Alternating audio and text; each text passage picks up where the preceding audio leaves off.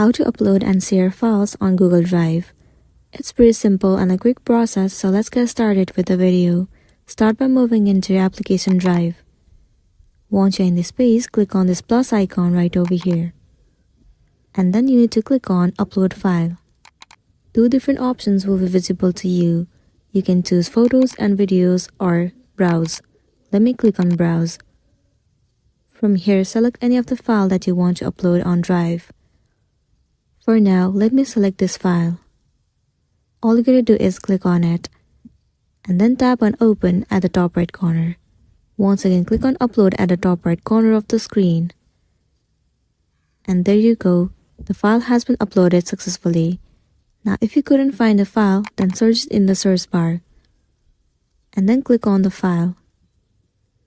If you want to share this file, all you gotta do is click on this three dot icon at the top right corner of the screen and then click on Share.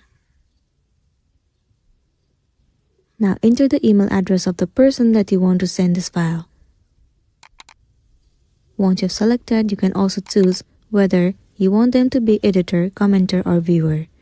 Once selected, click on Send at the bottom right corner of the screen. And there you go, the file has been sent to that person.